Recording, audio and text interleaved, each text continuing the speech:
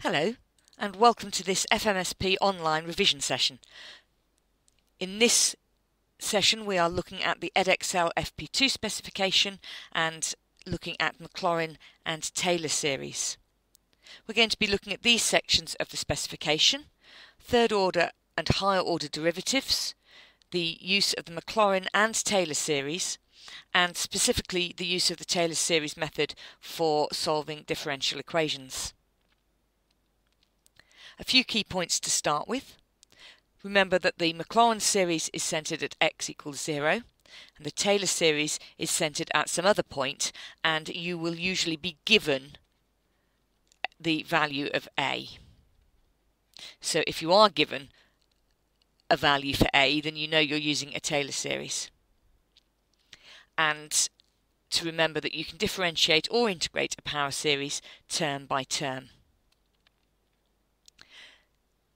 These questions are completely predictable, so they're really not that difficult. You simply have to practice sufficient examples.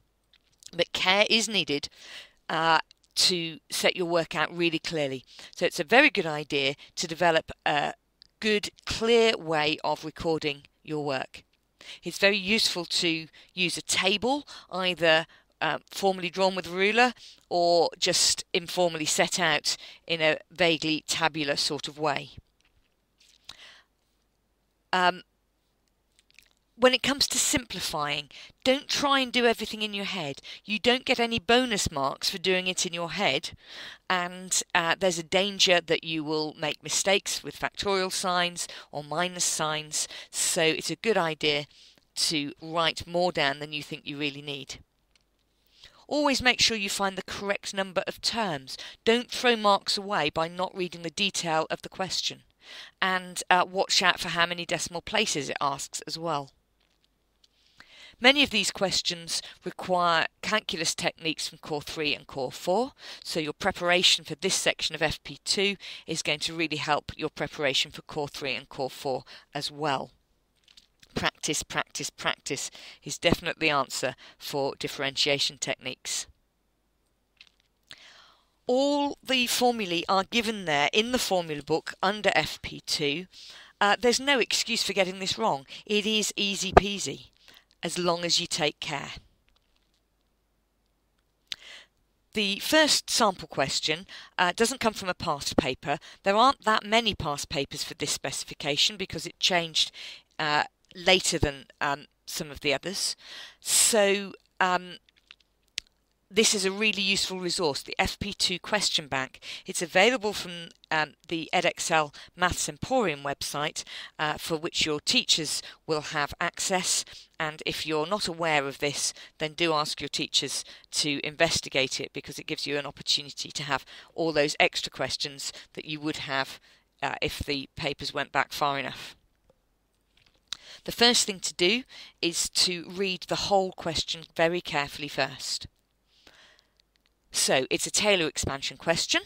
You're given the value of a as pi over 4, and we're looking up to the 5th power. For part B, we've got to find cos of 2, whereas before it was cos of 2x. So we'll be looking at x being equal to 1.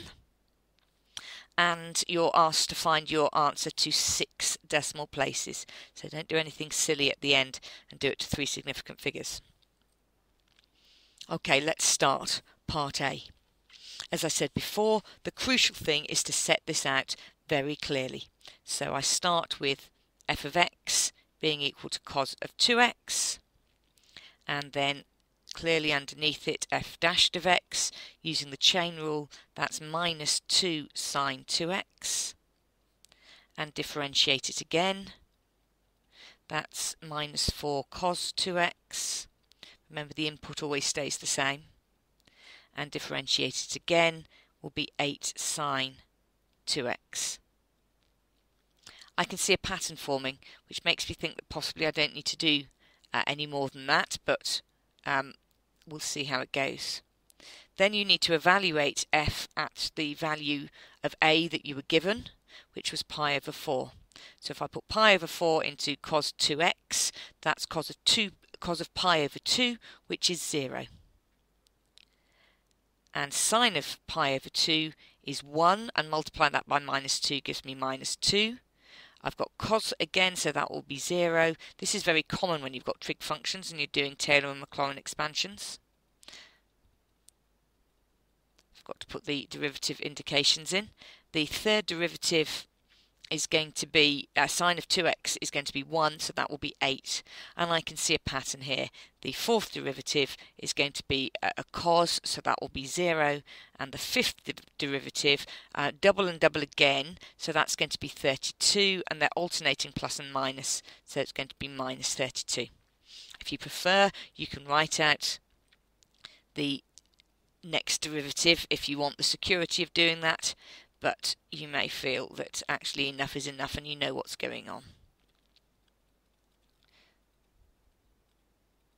And of course, if you're not confident with doing these in your head, then you can just plug the numbers into your calculator. Okay, the next step is to copy very carefully from the formula book the formula for the Taylor expansion. So this is the second one that's given, where you've got the powers of x minus a, because it says in powers of x minus something, so that's clearly the one that you want to be using. So we copy it carefully. F of x is f of a plus x minus a f dashed of a plus x minus a all squared over 2 factorial f double dashed of a plus x minus a cubed over 3 factorial f triple dashed of a, and so on. We can see what the pattern is now. Okay, now let's put our formulae in. So f of x is cos of 2x. F of a, well, a is pi over 4, and f of pi over 4 was 0. Plus x minus a, x minus pi over 4, f dashed of a, that's minus 2, so we'll change that to a minus 2. The next term is 0, and the one after that is the x minus a cubed term, so x minus pi over 4 all cubed over 3 factorial, and the third derivative at pi over 4 is 8, and then plus 0 again, and then minus the fifth term, pi over 4 to the 5 all over 5 factorial, and that's minus 32 in front. So now you just have to simplify this, and we get minus 2x minus pi over 4 plus 3 factorial is 6, so that's 8 over 6 or 4 over 3. X minus pi over 4 cubed. And 5 factorial is 120, and 32 over 120 is 4/15.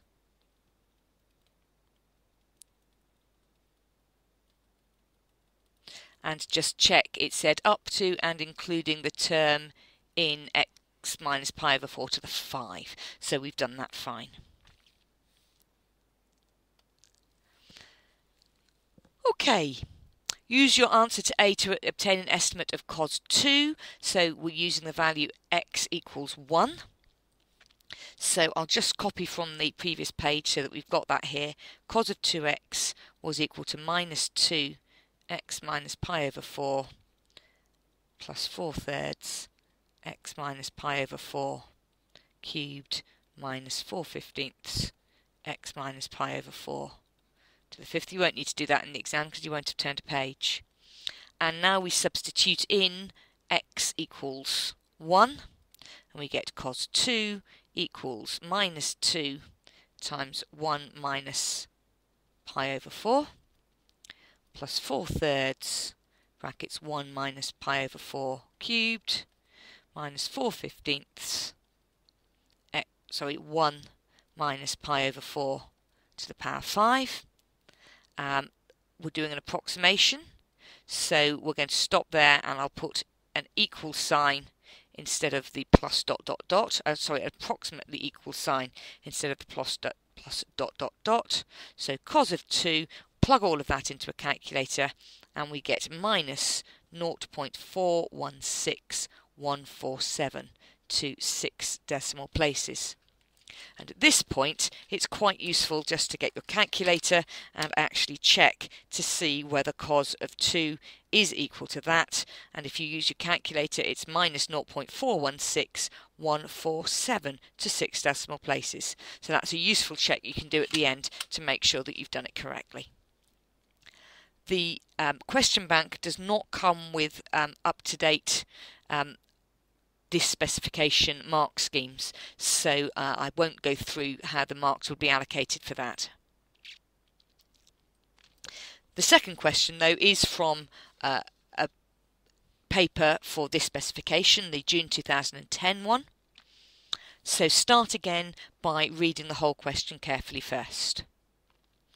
We've got a differential equation and we're given some information, some initial conditions, and we've got to find a Taylor series solution up to and including the term in t cubed. So that's what you need to note.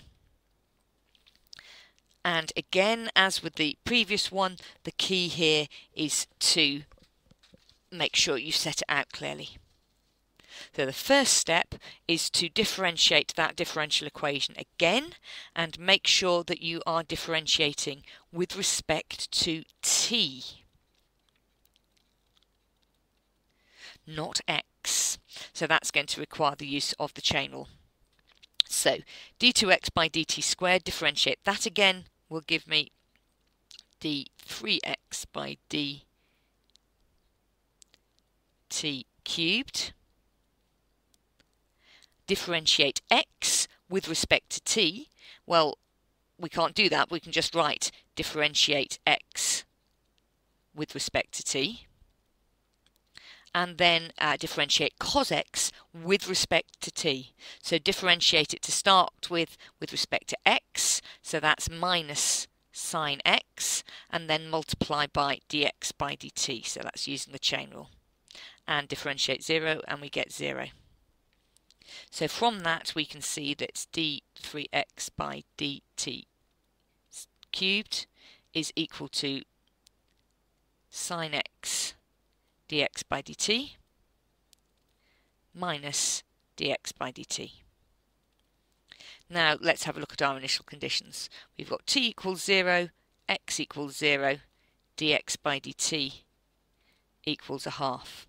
So we can plug that lot into the original differential equation and find that d2x by dt squared